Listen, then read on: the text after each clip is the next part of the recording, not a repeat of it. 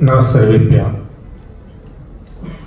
શ્રી મુંબઈ વિદ્વત પરિષદ તથા ઘાટકોપર બ્રાહ્મણ સમાજ મુંબઈ દ્વારા આયોજિત કર્મકાંડ કાર્યશાળા એમાં આપ સૌનું હાર્દિક સ્વાગત કરીએ છીએ.